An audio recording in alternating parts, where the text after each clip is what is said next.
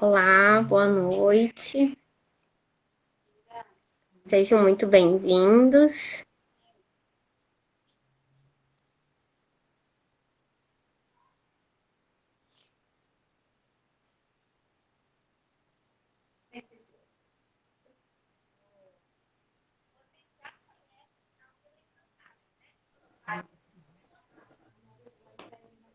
Olá, Boa noite. boa noite. Tudo bem? Tudo bem? Eu acho que eu estou um pouquinho. Falta enquadrar o melhor, né? Eu te vejo bem. Me Então, escutando bem também. então tá ótimo. Deixa eu ver aqui se as meninas estão.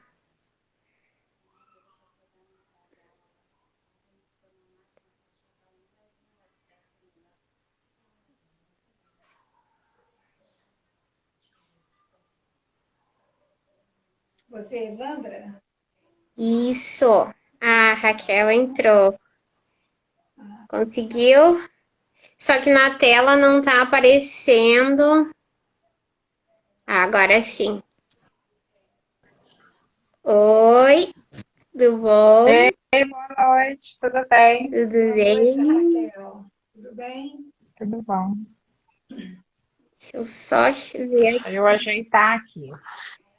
Vamos ajeitar a Nina aqui. O som tá bom, porque eu tô com esse fonezinho aqui. Para mim tá bom. Tá.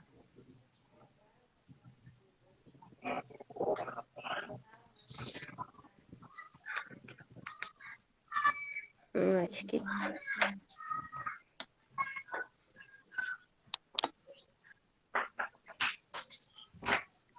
Boa noite a quem está chegando. Nós só estamos nos adicionando aqui, ainda falta a Nina.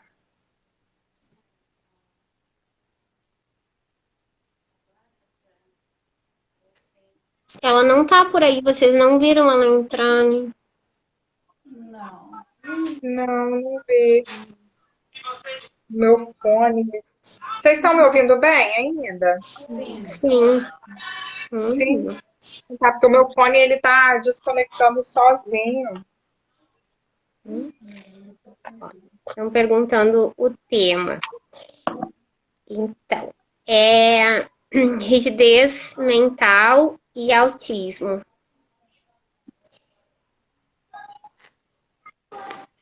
Bom, quem sabe, deixa eu só.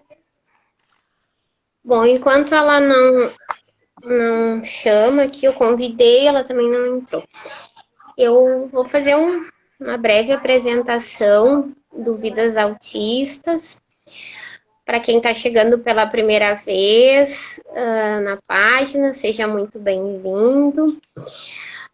Nós somos um grupo de 20 pessoas, todos no espectro autista, diagnósticos tardios e profissionais de diversas áreas. Nos reunimos com o objetivo de dar mais visibilidade à causa, acolhimento e, enfim, que possamos cada vez mais ganhar forças através da união e que as pessoas que se auto-percebem, se auto-identificam com a causa, enfim, todos são muito bem-vindos, assim como todas as diversidades, né? Aqui nós temos a nossa intérprete, a comunidade surda, ela é muito bem-vinda, todas as comunidades são muito bem-vindas.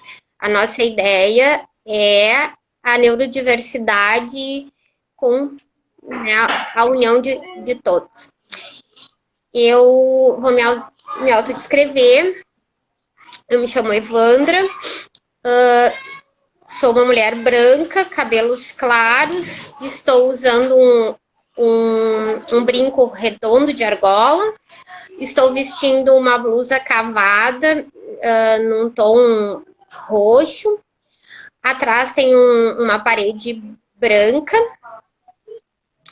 e eu sou profissional da área da psicologia. Não sei se a Raquel já quer se apresentar. Boa noite. Obrigada a todo mundo que veio, que está aí. Boa noite para quem chega. O meu nome é Raquel. Eu sou autista, eu fui diagnosticada no ano passado. Eu sou médica. A minha intenção aqui nesse grupo é um pouco mais falar das minhas vivências mesmo. Eu até tentei, eu falei, não quero chegar lá e ser médica hoje. Eu sou uma mulher branca, de cabelo escuro, estou usando um óculos, um vestido preto, de alça, um fundo branco, mais escuro. E acho que é isso, eu espero que hoje seja legal. Eu sou não binária, mas meus pronomes ela e dela, e uma médica autista não binária. Você quer falar um pouquinho para a gente dessa, enfim, de alguma questão específica enquanto a gente aguarda a Nina? Quer trazer essa questão não binário, que eu acredito que também é um tema que a gente, no Vidas Autistas, a gente vai procurar dar visibilidade para que a gente tenha assuntos que são muito pouco falados. Então é importante que a gente comece a falar sobre.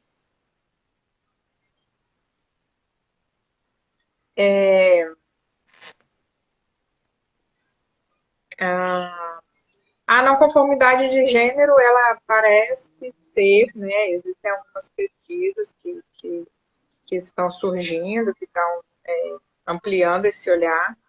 Parece ser mais frequente entre pessoas autistas, tanto a não binariedade quanto autistas transgênero. É uma coisa que eu nunca tinha pensado a respeito. Eu costumo falar que eu estava tão perdida com questões de neurodiversidade que eu não entendia, não fazia a menor ideia. E vivi uma vida toda sendo levada, né, pelo ambiente, pelo contexto, que eu jamais pensei em questões de gênero, por exemplo. Não, não foi uma questão para mim. E depois a partir do diagnóstico, comecei a me perceber mais, a me entender mais, a me observar mais e a experimentar o mundo de uma forma que era mais coerente para mim, né? Que eu acho que eu brinco com muitas pessoas que eu falo que e tem muitos autistas que falam que o diagnóstico é como nascer, né? Ah, eu estou nascendo nessa idade, né? Que o diagnóstico seria um renascimento. E então, a partir desse meu nascimento, que eu não sei nem dizer se é um renascimento, né? Eu acho que é mais um nascimento mesmo, porque muitas vezes a gente nem experimentou a nossa vida a partir da nossa identidade ou de uma coerência individual. Então, a partir desse nascimento, eu comecei a observar questões. A não binariedade ela está associada à não identidade com gêneros socialmente definidos ou culturalmente definidos, né? E realmente a não binariedade permeou a minha vida, a minha existência. Eu nunca fui uma pessoa que entendeu muito bem que eu tinha um papel a cumprir associado ao meu gênero biológico.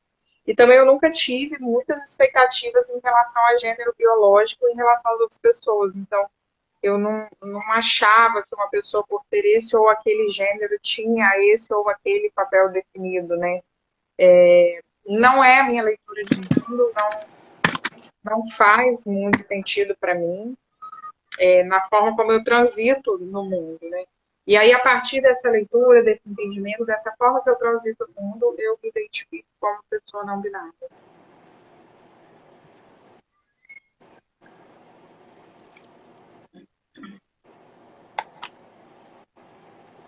Acho que a minha internet Vocês estão conseguindo me ouvir? Sim. Perdão, a gente está com uma instabilidade aqui, que a gente está em obra, então chegou a cair a internet, mas eu cheguei. Desculpa o atraso. Queres te apresentar? A imagem para mim não tá aparecendo, só o teu áudio.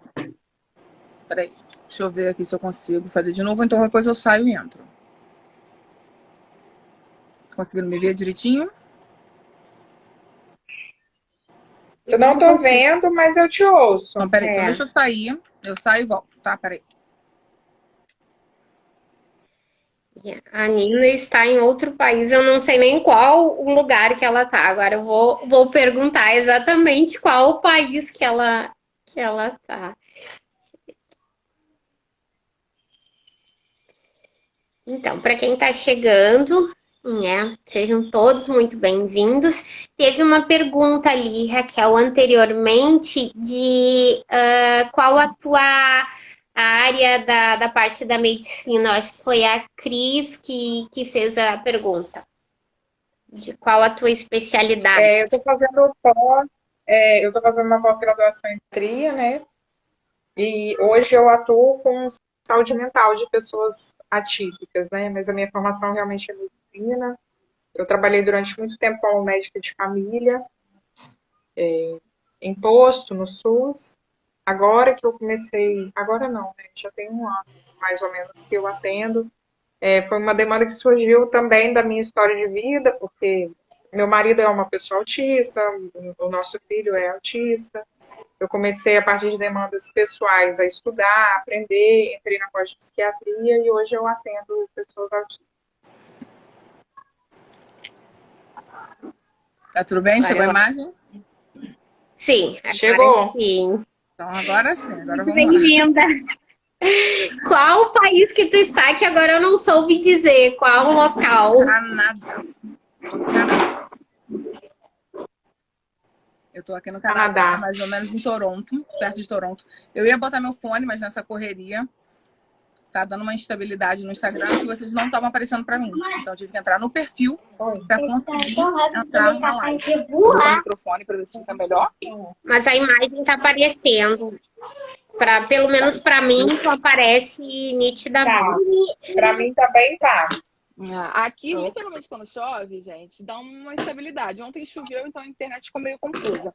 Mas eu tô no Canadá, perto de Toronto. Eu vim para um subúrbio, que para mim é bem central. Eu tô meia hora de Toronto. Eu morei 10 anos em Toronto. Quer dizer, eu passei minha vida adulta em Toronto, né? Eu cresci em Toronto.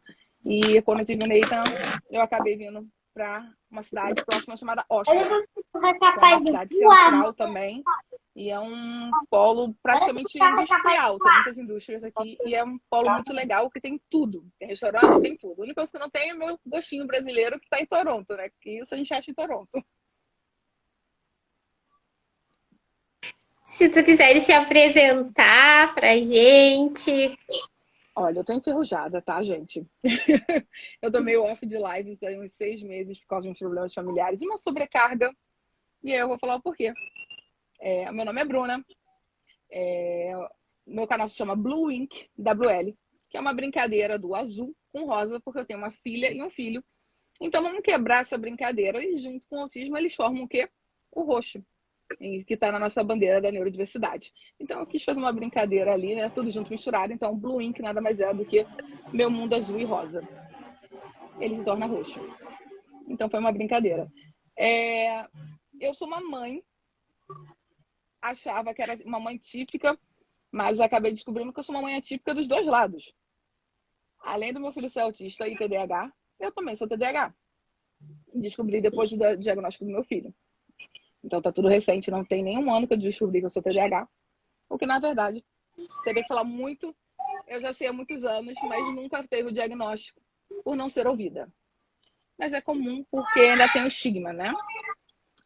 E o meu filho, ele tem 5 anos, ele é autista e TDAH. Eu diagnostiquei meu filho com 9 meses e dali a gente começou a fazer o processo todo, mas demorou o diagnóstico.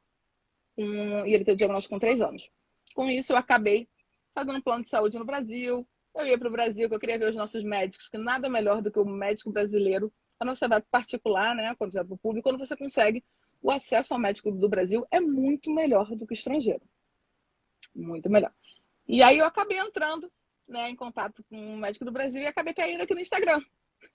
E fui convidada pelos médicos a falarem, não, você tem que ser uma líder de mãe, uma conselheira de mãe. Eu falei, cara, não sirvo para isso não. E aí fui cair aqui na internet. Hoje eu sou certificada em ABA no ABA. E estou aí fazendo vários cursos, né?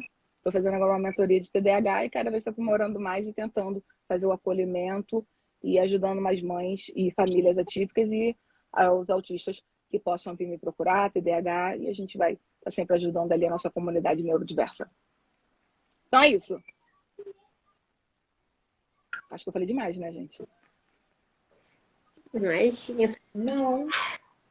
Então, aqui estamos, nós três, então, aqui somos mães de autistas e somos autistas.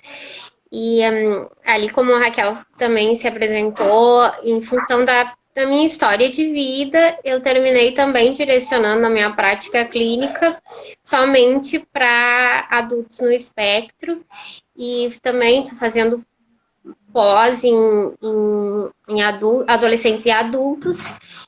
E acredito que essa carência de profissionais que nós temos, em algum momento, vai mudar. A carência de profissionais aptos a nos identificarem, né, a não nos invalidarem.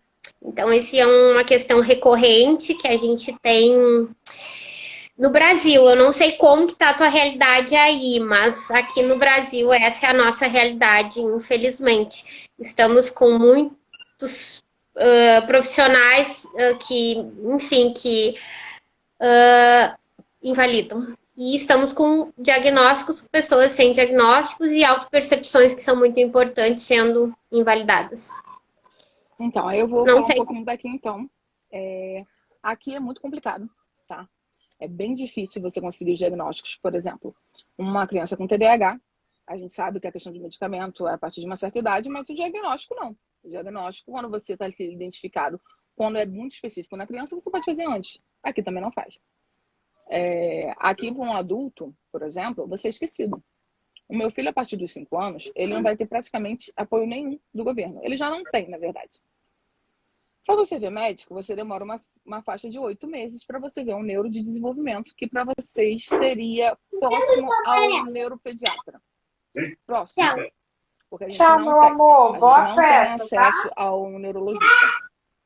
Tá? A gente manda que a gente chama, deixa eu tentar traduzir, como chama um encaminhamento. E você é negado. Aqui você é negado só por um papel.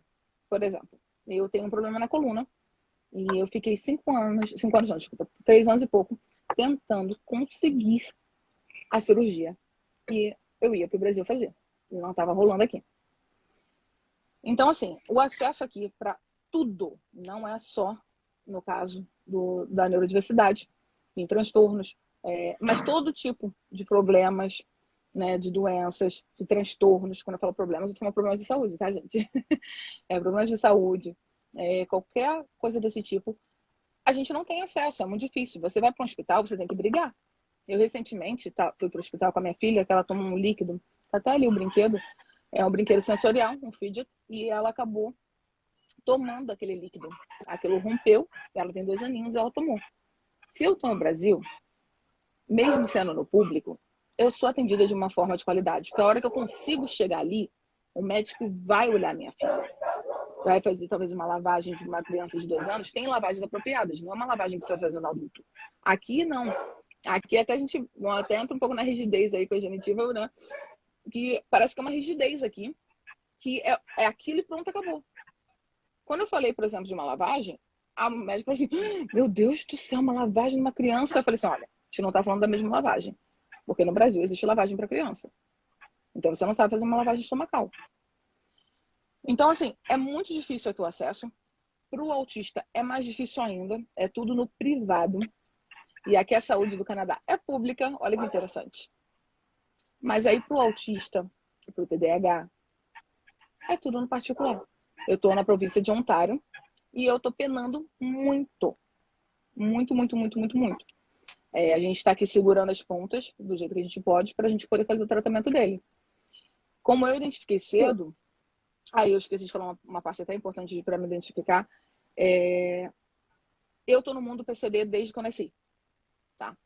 Eu cresci com T21 do meu lado, um amigo próximo da família, como se fosse um tio, um primo, né? Até ele achava que era um primo, mas é o tio. E eu nunca soube que ele era síndrome de Down, que ele era um T21. Eu nunca soube. Eu cresci e fui descobrir na aula de biologia. Literalmente, na quinta série, você descobrir sobre os cromossomos e aí você fazia um clique. O Marquinhos é T21. Né? A gente chama de síndrome de Down. E aí, quando você chega em casa, você pergunta pro seu pai fala assim: tem alguma diferença? Eu falei que não. Você vai continuar defendendo ele? Vou. Você vai continuar brigando quando os outros fazerem chacota dele? Vou. Você sabia o porquê faziam? Não. Muda agora já que você sabe? Também não. Então, eu cresci, bem ou mal, dentro de uma inclusão, sem mostrar que era uma inclusão. Então, eu acabei vivendo a minha vida inteira. E o modelo da família dele foi um modelo para mim muito inspirador, porque o pai abandonou a mãe por um dos filhos, que foi o último, nascer com síndrome de Down. A mãe batalhou muito, muito, muito, muito para levar ele para paz sozinha e tal. E aí acabou que eu passei para a FRJ para fazer psicologia, para trabalhar justamente com as famílias atípicas. Eu não queria trabalhar com as crianças, eu queria trabalhar com as famílias, porque eu queria mostrar o potencial das crianças, da família, que você tem que fazer a rotina dentro de casa, você tem que trabalhar. A gente vai falar de rigidez cognitiva. Você tem que trabalhar essa rigidez, gente, meu inglês e português é um problema, tá? A dessensibilização. Então, a gente vai fazendo aos poucos. Então, eu acabei entrando nesse meio, mas acabou que a vida mudou o rumo, o marido apareceu, eu vim para o Canadá, deixei a faculdade, larguei, e o Neita me trouxe para essa realidade de volta. Então, aqui no Canadá, eu comecei a fazer sozinha, porque eu fiquei 1 ano esperando que eles chamam de funding, que é... Deixa eu tentar lembrar, gente, desculpa. Como se fosse... Ai, gente, me ajuda aí. Como se fosse um orçamento que eles te dão. Não é uma mesada, mas eles te dão um dinheiro, uma ajuda de custo. Ai, gente, olha quando faz as palavras, é horrível, né? Uma ajuda de custo. E aí, nessa ajuda de custo, você vai pegar e você vai ter que escolher, literalmente, você vai ter que escolher o que você vai fazer com seu filho.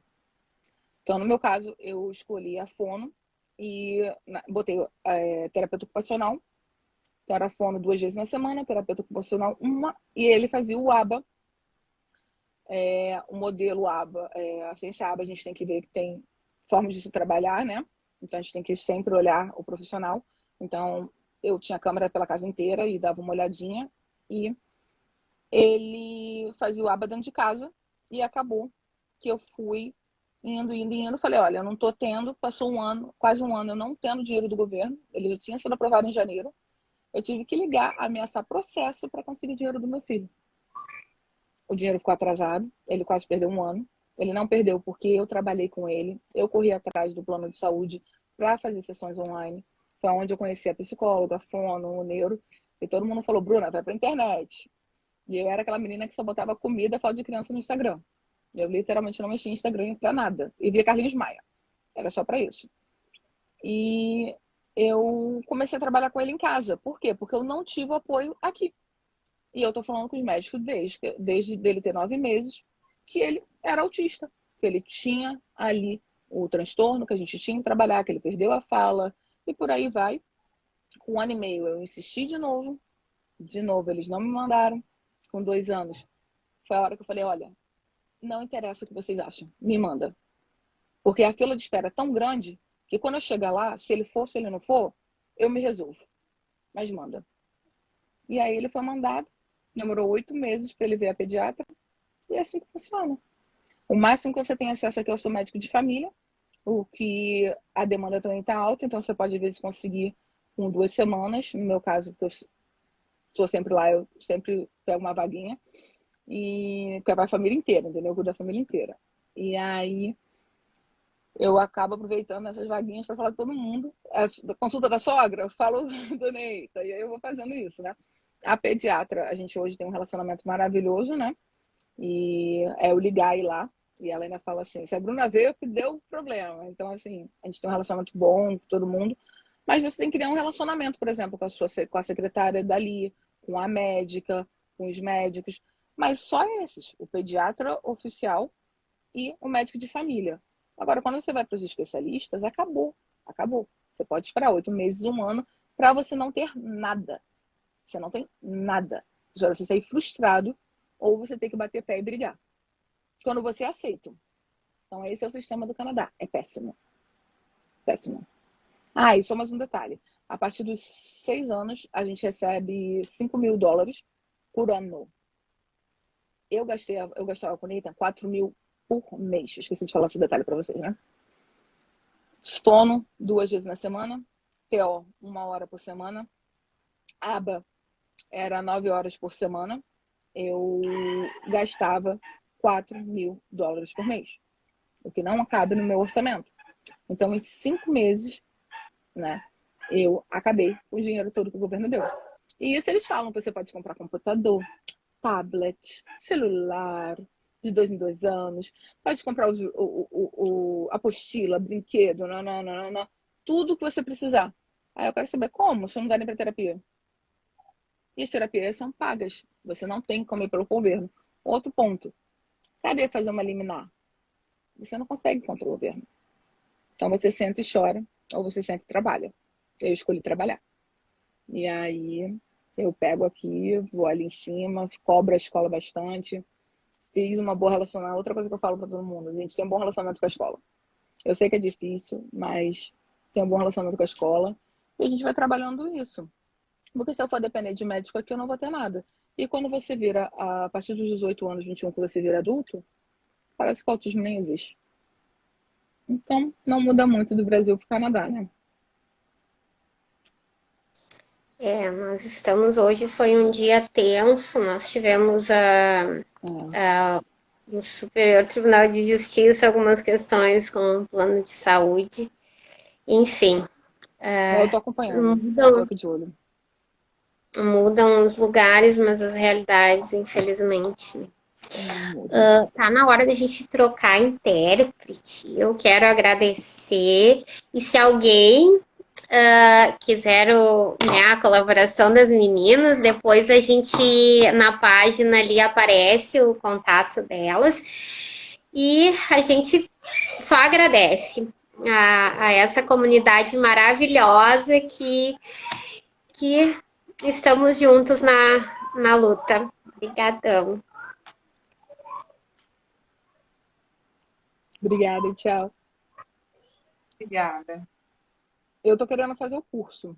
Eu vi que tá tendo um curso ali, eu tô aproveitando os online, eu tô querendo muito fazer o curso de Libras. Na verdade, é um sonho de nova, né? Eu também, eu estou iniciando e, enfim, assim, foi que eu me dei conta que apareceram pacientes na minha região e eu não encontrei para quem encaminhar psicólogo que tivesse ato por Libras e eu digo, gente, olha só, vou fazer, enfim, porque eu achei algo assim que, nossa, é uma carência também em algumas regiões, né? Eu tô falando na minha, eu não sei as outras realidades. Deixa eu adicionar aqui. Eu tenho um amor pelo Libras muito de novo. Eu ia pra casa de praia e tinha uma menina, né? Que a gente não pode nem falar que ela é muda, porque ela tentava falar, se comunicar, né? E muda é aquele que não se comunica, mas ela era surda, então ela não conseguia ouvir, né? E ela tentava se comunicar, ela fazia a comunicação. Então, ela se comunicava. E aí ela começou a me ensinar um pouquinho das Libras. Então, ela tem a comunicação, então a gente nem pode falar que ela é muda, né? A gente tem que apagar até esse termo hoje em dia, a gente está reformulando tudo, né? E ela estava me ensinando quando pequena. E eu sabia muita coisa e eu esqueci. Aí, pelo menos, com o Neita, eu consigo fazer assim, acabou. A Cirlei, acho que tá pedindo para adicionar aqui. Ela mandou mensagem. Quem tá, como eu cheguei agora, né? Quem tá lendo os chats? Vocês querem que eu leia? Pra gente ver. Então, eu tô acompanhando aqui um pouco. Agora acho que Para mim, eu vou ver. Eu acho que foi. Olá, bem-vinda. Tudo bem? Olá, bem-vinda. Obrigada. Obrigada. Então, vamos Tá lá. boa? Tá Tá escutando? bom? Tá. Uhum. Tá. Vamos ao nosso tema. O nosso tema de rigidez mental, né, é algo que acontece no autismo, não é exclusivo, né, do espectro, mas é, é recorrente e acredito que, né, independente do nível de suporte, temos em algum nível também, essa parte da rigidez mental, que perpassa por um pensamento absoluto, muitas vezes, né, o que chamam de 880, tudo ou nada, e, e é aquela Não existe plano B.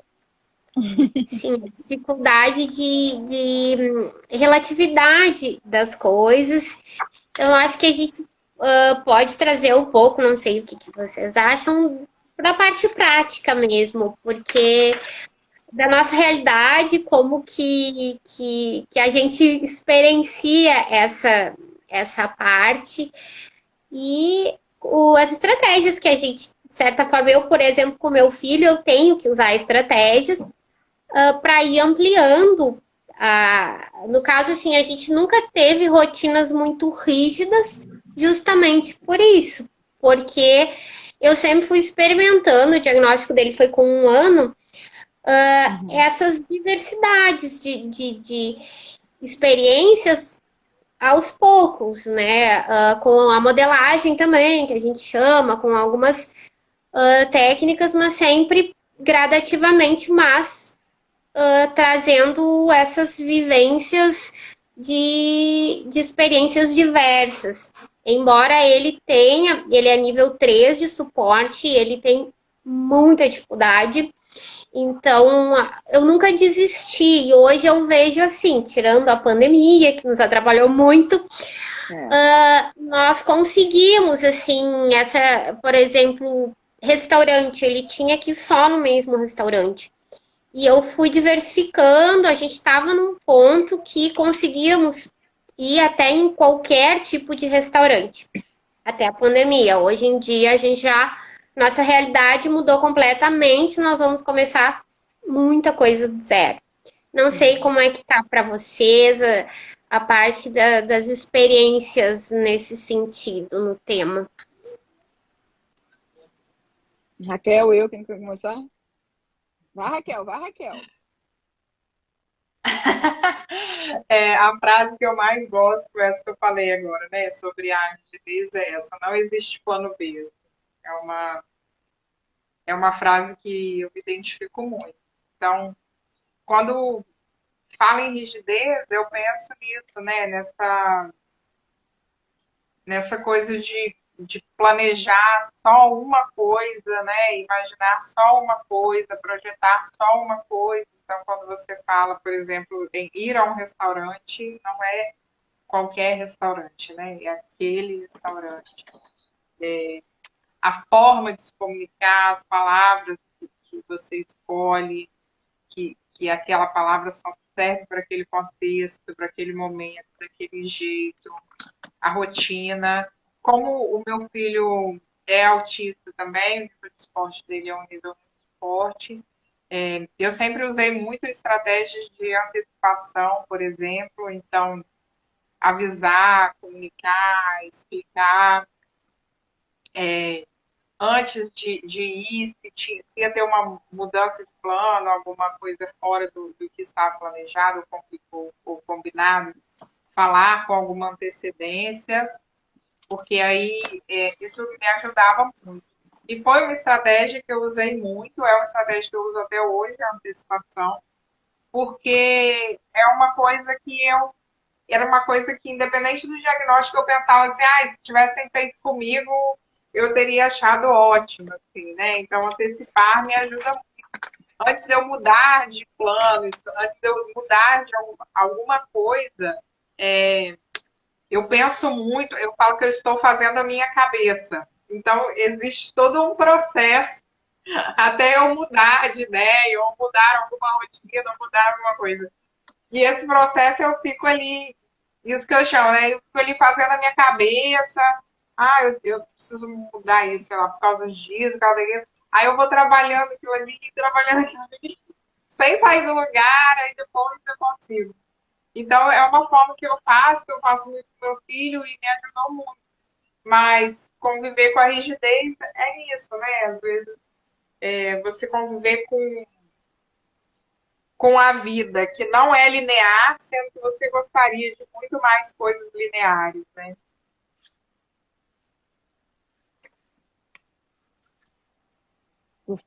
Pode começar, eu interrompo.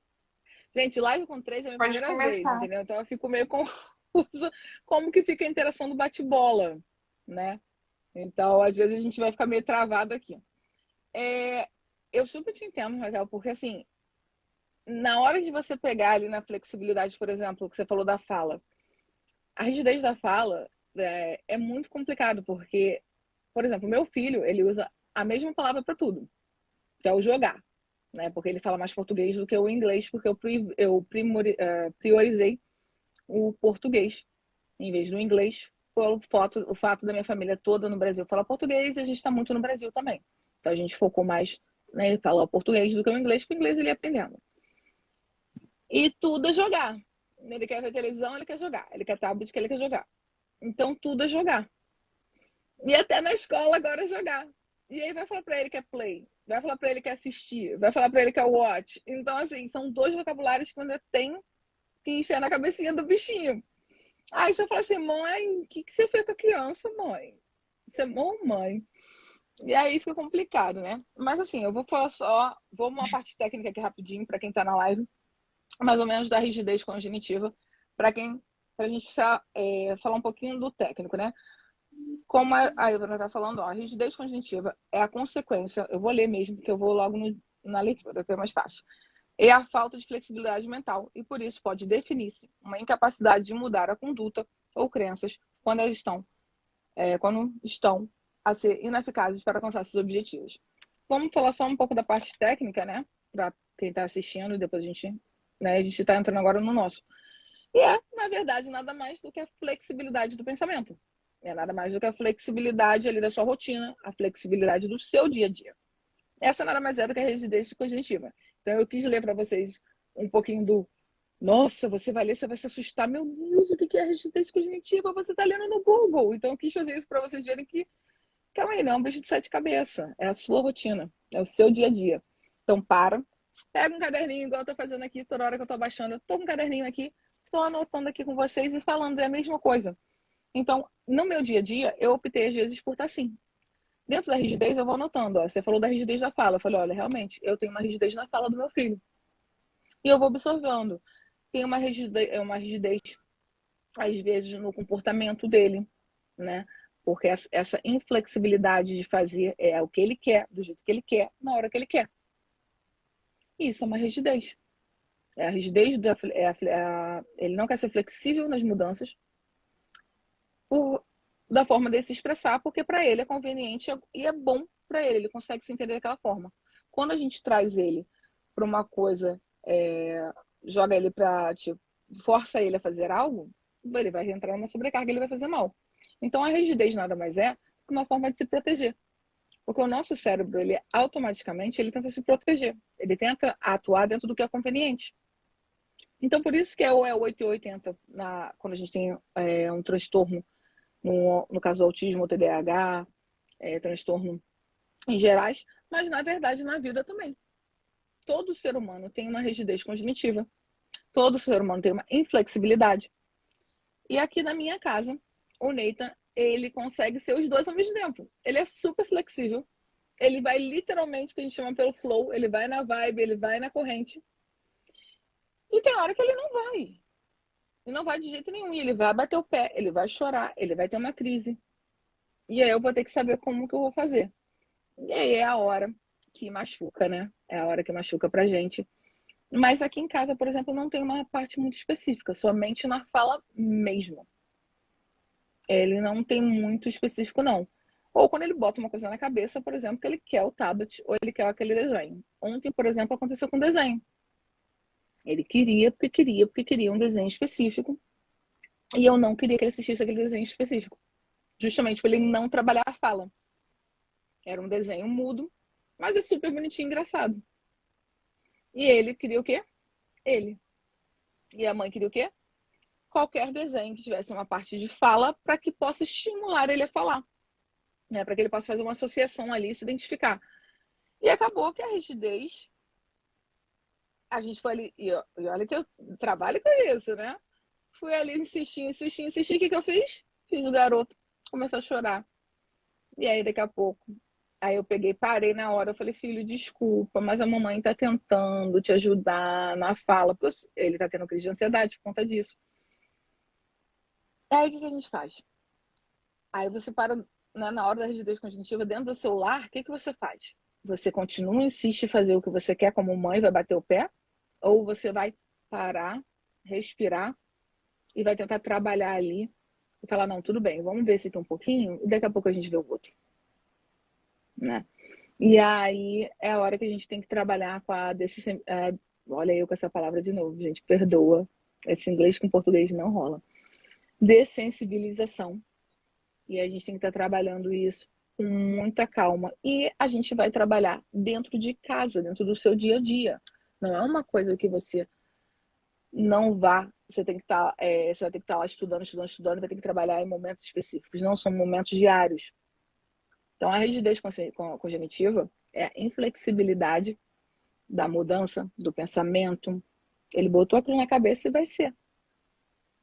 Então, aqui em casa, a gente está tentando aos pouquinhos, oferece uma coisinha diferente, outra coisa diferente, mas ele tem momentos de rigidez. Ele é literalmente 50-50.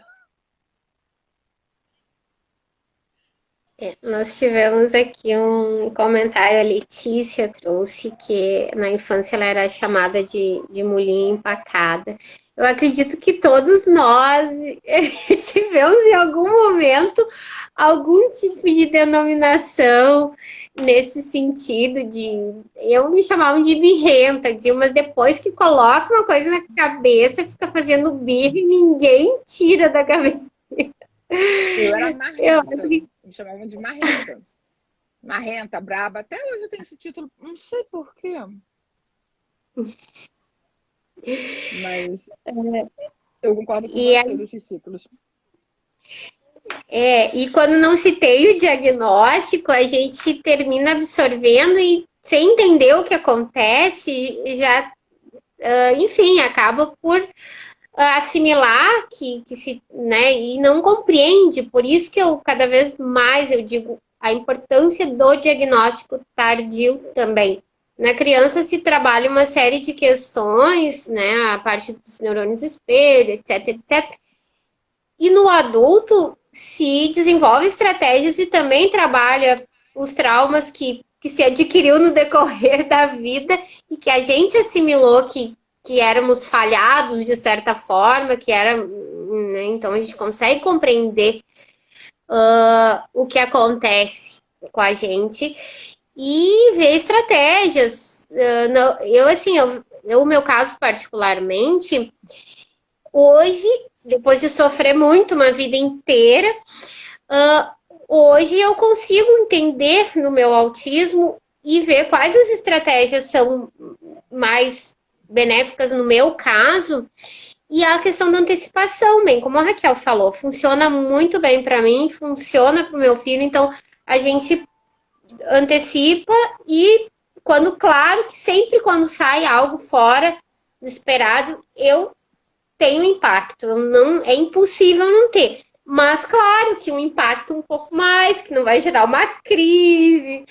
E a gente vai se percebendo mais. Então, as crises, elas vão diminuindo no sentido de que a gente vai se precavendo, né? E não sei como que é para vocês essa parte da...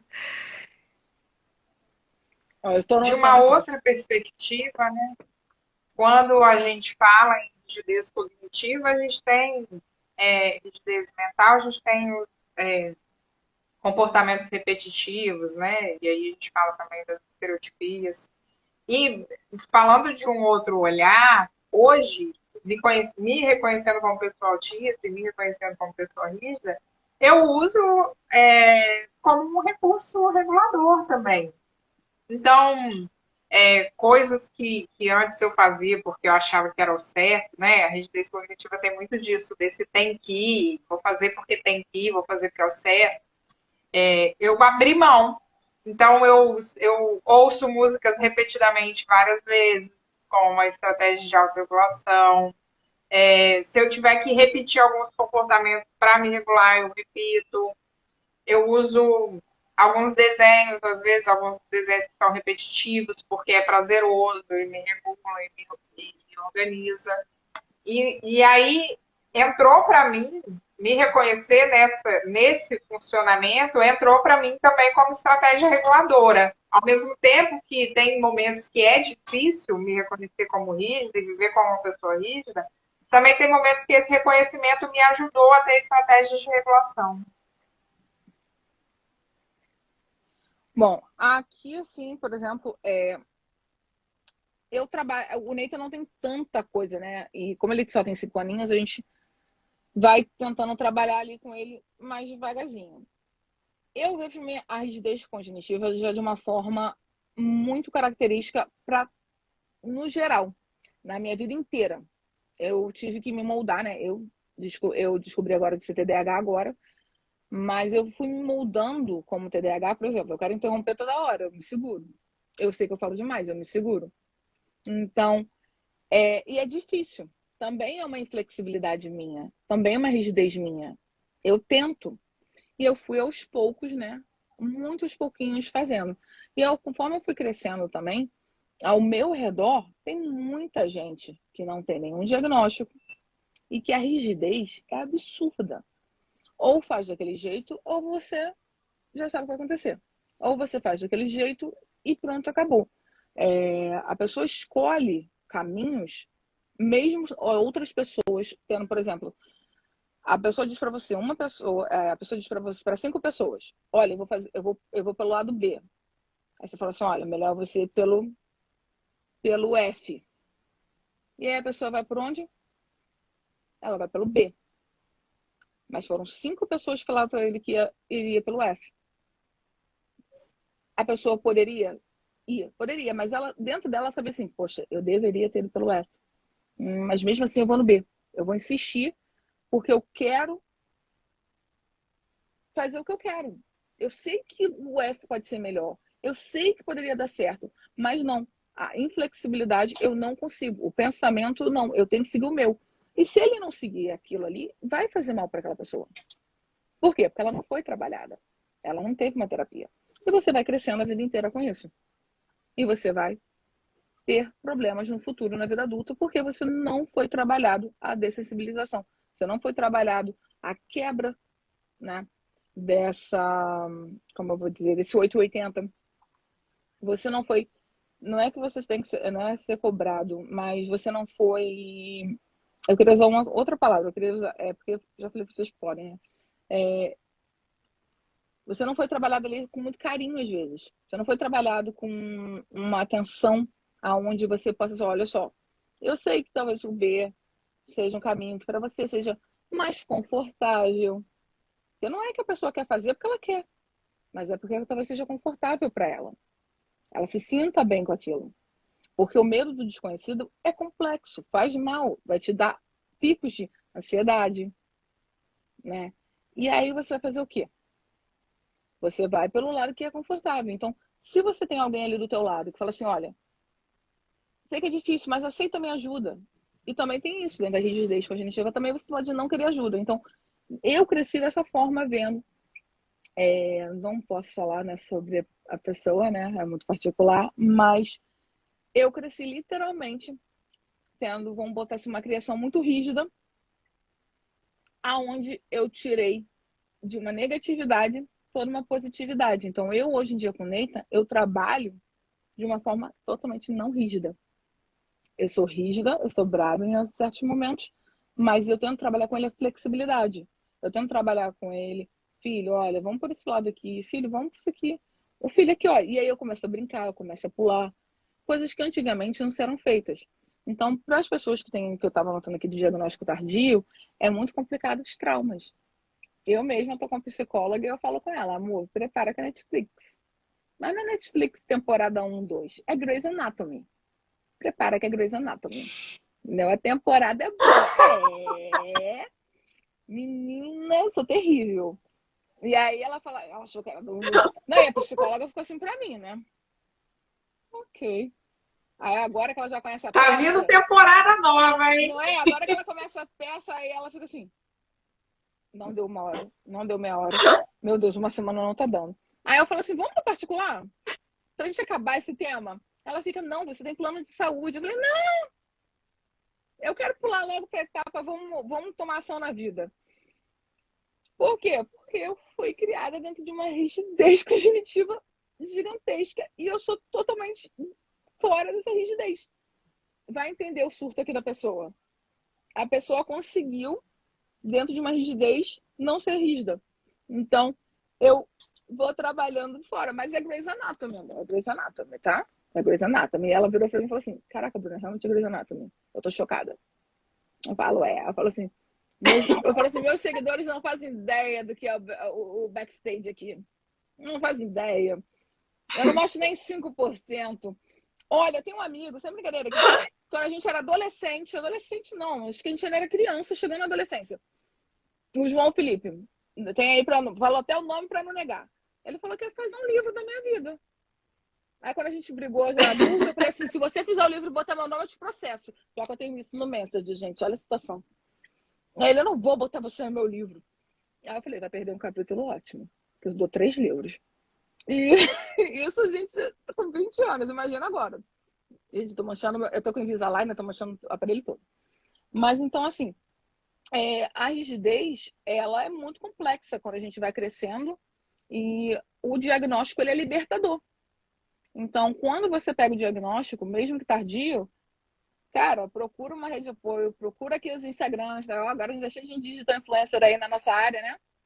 Vamos levantar essa galera, vamos levantar essa rede de apoio e vamos procurar psicólogos, psiquiatras. A gente tem que dar apoio para as pessoas que estão recebendo diagnóstico agora a se entenderem, né? E olharem que essa rigidez talvez não seja tão difícil de quebrar, uma vez que você tem um apoio.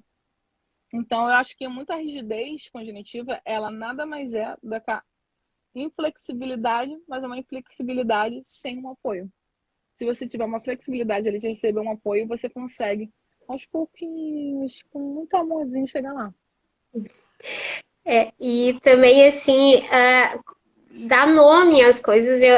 Eu comecei a perceber, assim, que quando eu tô com o meu hiperfoco, a minha rigidez cognitiva ela é maior nos meus hiperfocos. Por exemplo, as pessoas começam a falar aquele assunto que eu tô uma vírgula ali, de repente, que não é algo que, gente, aquilo me incomoda tanto, só que eu já tô identificando. Não, para aí que eu fico muito incomodada. Então, já comecei a ver que os meus hiperfocos eu tenho muito maior, a minha rigidez é muito maior quando eu tô em algum hiperfoco. Então, eu comecei a olhar para isso, para também. E a questão da lateralidade também, eu me sinto hoje bem melhor, porque antes eu me sentia um ET, gente, porque eu não conseguia, ou eu ria depois, ou eu fingia o masking, né? Eu fingia que eu estava rindo ali, porque não fazia sentido, a ficha caía depois com as questões, né, da a literalidade, quando dependendo da situação, eu fico imaginando. Eu não sei vocês, mas, por exemplo, se alguém diz fala pelos cotovelos, na hora aquilo ali me vem a imagem, né? Eu compreendo, sabe, daquela maneira. E antes eu me sentia incomodada por isso. E hoje para mim tá tranquilo. Cada vez mais eu tô assimilando quem eu sou, aceitando quem eu sou e como eu sou e trazendo as minhas características. Quem não gostar, infelizmente, não posso fazer nada. Eles que lutem.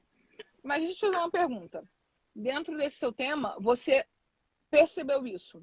Quando você Foi antes do seu diagnóstico? Quando você estava se autoconhecendo ali, achando que tinha um possível transtorno? Ou foi literal depois que você recebeu o diagnóstico? Foi antes, porque antes na verdade, sim, eu assimilei depois, mas antes eu me sentia um ET. Eu nunca tive o senso de pertencimento que hoje eu tenho. Então, esse encontro com outros autistas, para mim, tem sido fundamental, porque eu nunca tive o senso de pertencimento. E isso baixava a autoestima, porque, enfim, tu é um ser diferente de todos e tu não consegue ter afinidades com. E hoje, assim, o nosso grupo Claro, cada um é único, mas a gente consegue sentir esse pertencimento no grupo de autistas. A gente consegue identificar uma coisinha ou outra ali. Aí você fala assim, poxa, olha, eu tô num grupo de TDAH, tô fazendo uma mentoria. A galera começa e fica assim, ih, que galera doida, essa galera é minha galera. Ih, que gente legal. Eu me acho ali, porque às vezes... Cara, onde eu chego, eu falo assim, caraca, essa garota é doida. Essa garota é elétrica, é pá, pá, pá, pá. E às vezes eu fico assim, gente, que gente parada, que gente chata. E aí, quando você acha alguém que você se identifica, isso é libertador. Então, isso dentro do diagnóstico é a mesma coisa. Você faz isso na sua vida e você faz isso dentro do diagnóstico, dentro das suas amizades. Então, assim, quando eu achei o grupo lá do TDAH, eu falei, ih, que gente legal, mas eu odeio grupo, eu não falo. Eu tô no grupo, eu participo de grupo, eu falo uma coisa ou outra, mas eu não consigo. Por que eu não... Aí você pergunta, por que você não gosta de grupo? Porque eu não consigo acompanhar. Não consigo acompanhar. Aí você fica se sentindo mal, porque você não consegue, né? Porque o TDAH tá fazendo 50 mil coisas ao mesmo tempo, você não consegue acompanhar e você começa a sentir o quê? Um peixe fora d'água. Então, eu super te entendo. Então, quando eu conheci o pessoal do TDAH, o pessoal fala assim, gente, eu não acompanho o grupo, não. Não dá, e a gente tá no grupo do TDAH e tem dia que o pessoal tá disparado. E eu vou abrir, tem mais de 400 mensagens. Eu fico, gente, o que aconteceu? Resumo. E aí, quando eu vou ver, tem alguém que vai lá e eu fico na minha, alguém vai lá e fala assim, olha só, não tô acompanhando não, vocês falam demais. Não tá dando. É por isso que eu não gosto de grupo. Aí eu fico assim, não tô sozinha. Então, eu super entendo que quando a gente pega um diagnóstico, você fala assim, essa galera é minha, pô, essa galera ali a gente se identifica. E isso quebra muito da nossa rigidez também. Porque você vai se abrindo uma vez que você tem uma rede de apoio. Uma vez que você se identifica com alguém. E aí você fica, né? Você tem essa liberdade, você tem tal... Você estava falando do seu hiperfoco e eu queria ressaltar mais uma coisa. Uma coisa que ataca bastante a nossa rigidez, né? A nossa inflexibilidade, né? Seria no caso da sobrecarga. Às vezes o trabalho, até o pessoal que está na escola, faculdade. Cara, você está tão sobrecarregado, com tantos problemas, a vida adulta também, a vida adulta, meu Deus do céu, não casem. Mentira, pode casar. Eu tô casada há 16 anos, ele tá na live. Por isso que a gente dá aquela brincadeirinha. Mas sério, você vai casar, você vai ter filhos, você vai sobrecarregar de uma tal forma e você vai entrar ali no modo, às vezes, de uma rigidez, porque senão você surta, cara. Você vai quebrar, não é quebrar tudo literal, tá? Mas você vai querer quebrar literalmente na sua cabeça. Ou né? Pode ser também. Olha, no literal... Para muitas pessoas não, isso que eu falo, no literal tem umas coisas muito legais hoje em dia, que eu acho interessantíssimo. E principalmente nos Estados Unidos tem. Aqui no Canadá eu não descobri, porque se eu descobrir eu quero ir. Lugares que você vai mesmo para quebrar as coisas. E a minha psicóloga estava falando comigo, falar nisso, a psicóloga falou, Bruna, e aí, a obra tá te sobrecarregando, tá te deixando mal? Eu falei, não, tô adorando. Ela, como assim? Eu falei, adoro quebrar tudo. A minha parte mais legal é a demolição. Eu até fiz um stories pequenininho, postei. Eu quebrando tudo. Eu adoro essa parte de quebrar tudo. Mas é quebrar tudo e fazer um novo, entendeu? Não é quebrar tudo nas outras coisas, não, gente. É só a mesma em obra. Mas tem lugares que você vai ali literal para quebrar. Por quê? Porque você tá numa sobrecarga, você tá